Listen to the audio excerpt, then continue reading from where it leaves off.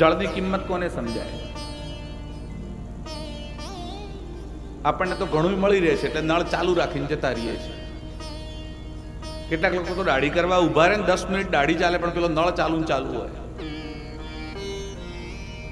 અને કેટલાક વાસણ ધોવે તો નળ ચાલુ મૂકીને ધોયા કરે. જળની કિંમત ક્યારે સમજાય છે? એક રાજા વનમાં ગયો, જંગલમાં ભૂલો પડ્યો, ભટકી ગયો અને ભટકતો ભટકતો રસ્તો પર ભૂલાઈ ગયો અને અટવાઈ ગયો. જંગલનું એક નામ છે અટવી. અટવી એટલે જ્યાં માણસ અટવાઈ જાય એને કહેવાય અટવી. એટલે આ સંસાર માટે એક શબ્દનો પ્રયોગ થાય છે ભવાટવી. આ ભવસાગર અને ભવાટવી, સાગરને તરી શકાતો નથી. નદી હોય, તળાવ હોય તો એને તરી શકાય, પણ સમુદ્રને તરી શકાતો નથી. એમ આ સંસાર સાગર છે અને સંસાર અટવી છે. આ રાજા ભૂલો પડ્યો અને પાણીની તરસ લાગી. આજુબાજુ બધી પ્રયત્ન કર્યો, ક્યાંય પાણી મળ્યું નહીં.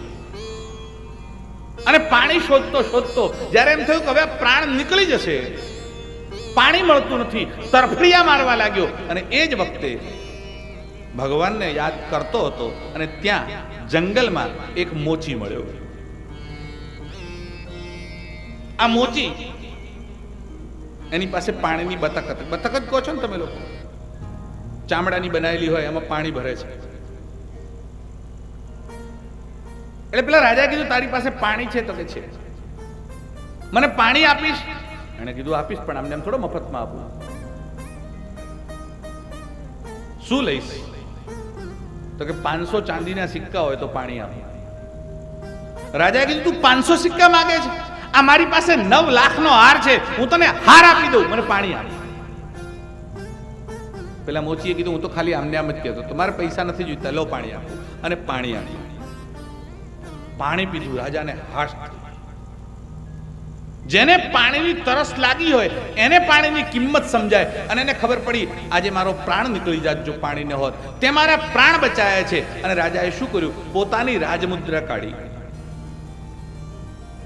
અને રાજમુદ્રા પેલા મોચીને આપી અને કીધું મારા રાજ્યમાં આવજે અને કઈ જોઈએ તો માગી લેજે, પણ આમને આમ પ્રવેશ નહીં મળે. એટલે આ મુદ્રા છે ને એ બતાવજે મારા દરવાજા ઉપર, તો તને અંદર આવવા દેશે.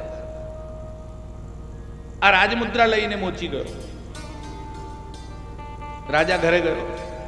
વર્ષ 2 વર્ષ વીત્યા. રાજાને તો વાત મનમાંથી નીકળી ગઈ. આ મોચી ફરતો ફરતો રાજાના દરબારમાં પહોંચ્યો. પહેલા તો એને પેલી અંગૂઠી બતાવી એટલે અંદર પ્રવેશ મળ્યો. રાજાની સામે ઉભો રહ્યો. રાજાને કીધું મને ઓળખ્યો? રાજાએ કીધું ના, હું નથી ઓળખતો.